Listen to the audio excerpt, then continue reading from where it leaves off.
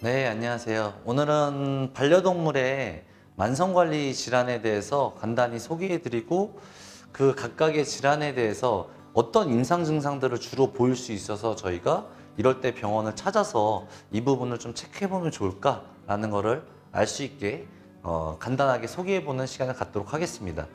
제가 미리 간단하게 가장 많이 만나는 만성질환 4가지를 적어놨어요. 만성질환이라고 하면 단순히 짧게 일주일, 2주일, 3주일 치료를 하면 끝나는 그런 질환들이 아니고 이제 질환의 관리가 들어가기 시작하면은 평생 관리, 지금부터 남은 시간에 대해서는 평생 관리가 필요한 그런 질환들이기 때문에 좀 더 깊이 잘 알고 있어야 우리 아이가 이게 확실히 좋을 거다, 필요할 거다에 대한 결정을 하시는 데 도움이 될 것 같아 준비했습니다.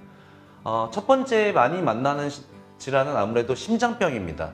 심장병 적게는 7세 정도부터 해서 10세 이상에서 확연하게 보통 질환 자체는 역류성 질환의 어떤 부분이 생기면서 아이들은 이런 폐수종이나 흉수나 복수를 만드는 형태의 질환을 일으키기 때문에 굉장히 위험한 질환이라고 생각하고 있고요.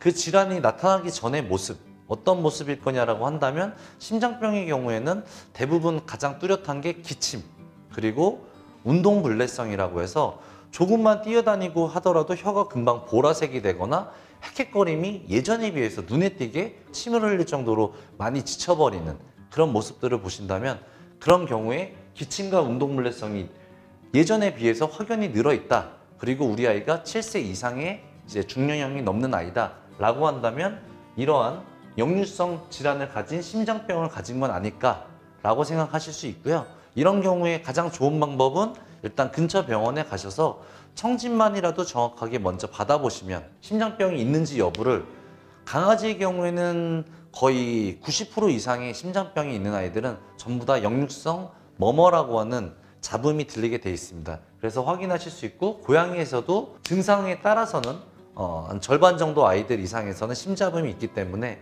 먼저 청진을 간단히 시작하면서 아이들 케어가 필요한 건지 상담을 받기 시작하면 좋으실 것 같고요. 두 번째로 신장입니다. 사람도 사실 투석이나 이런 거를 굉장히 많이 하는데요.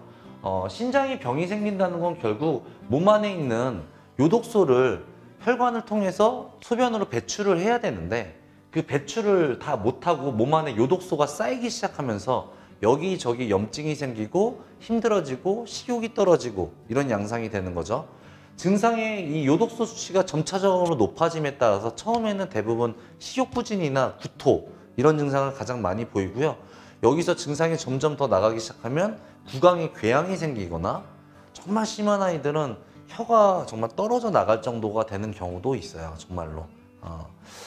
그 정도로 구강궤양도 심할 수 있고 암모니아 향이 입안에서 굉장히 많이 납니다. 저희 아이들이 나이가 좀 들어가면서 스케일링이나 이런 걸 정기적으로 아무래도 마취의 부담 때문에 못 받다 보니 입냄새가 그냥 난다라고 생각을 했었는데 이게 암모니아 냄새인 줄 몰랐다라는 경우가 사실 많이 있어요. 신장에 병이 있다면 좀 더 뚜렷한 그런 암모니아 냄새가 나기 때문에, 그리고 구강 안에가 염증이 없는지 이런 것도 살펴보신다면 콩팥의 기능이 문제가 있는 거 아닌지 확인하는 방법이 되겠습니다.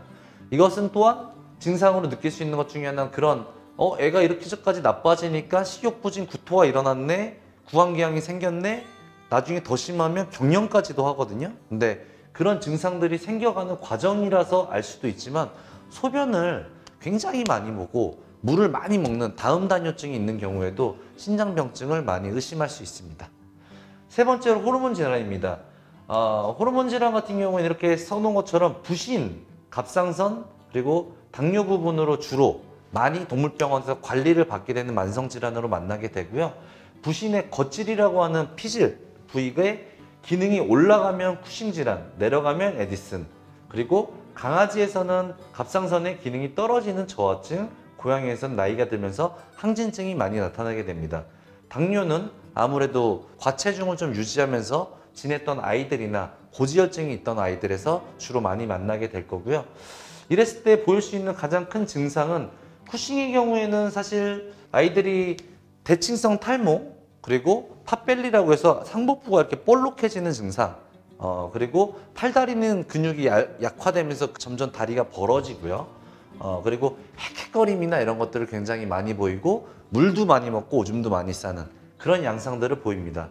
에디스는 사실 미리 알기가 쉽지는 않아요. 근데 자꾸 저혈당이 오는 양상이 보인다면, 그리고 우리 아이가 유난히 좀 작은, 종에 비해서도 유난히 작고 그래서 작아서 너무 예쁘다라고만 생각을 했는데 좀 약하네 라고 생각했는데 종종 저혈당이 와 라는 생각이 든다면 한번 초음파 같은 걸 통해서 부신을 체크해 보면 크기가 굉장히 위축되어 있거나 이런 경우에 에디슨의 가능성을 고려해 볼 수 있고요. 이거는 증상이 심화돼서 오는 경우 결국 응급 상태로 옵니다.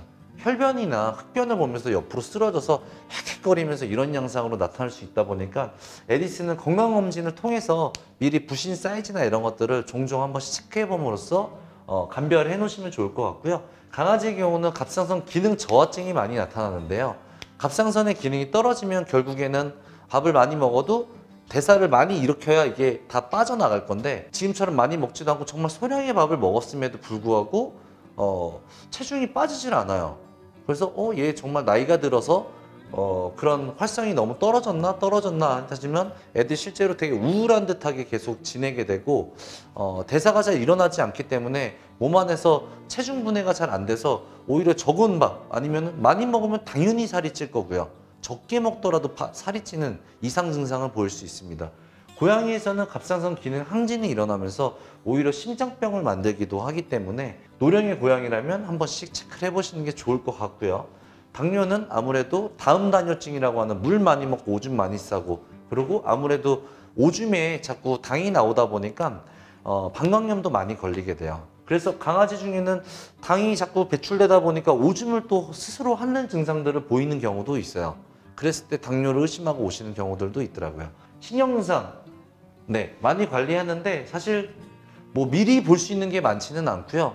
결국 경련이나 발작을 일으켜버리는 그런 행동들을 보이게 되고, 이런 경우면 우리 아이가 정말 큰일 났구나 라고 대부분 당연히 인식하실 수밖에 없어요. 근데 관리가 안 될 거다라고 생각하시는 것들을 알려드리고 싶어요.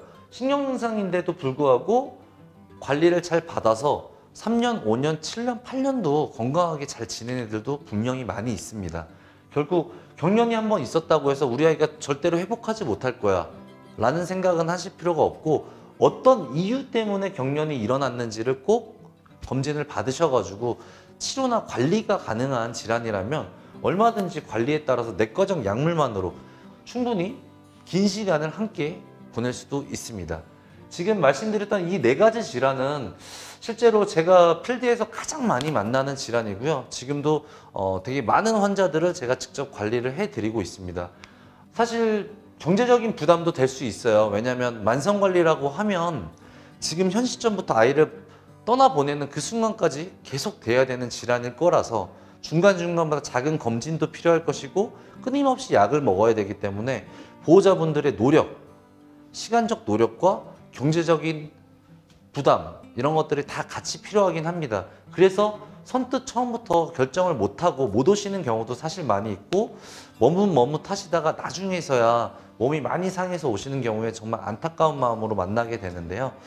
질환에 대한 간단한 이해와 그것 때에 생길 수 있는 임상 증상들을 각각 좀 알고 계신다면 우리 아이를 조금 더 안전하게 길게 함께 할 수 있는 시간을 가질 수 있을 거라고 생각해서 준비해 보았습니다.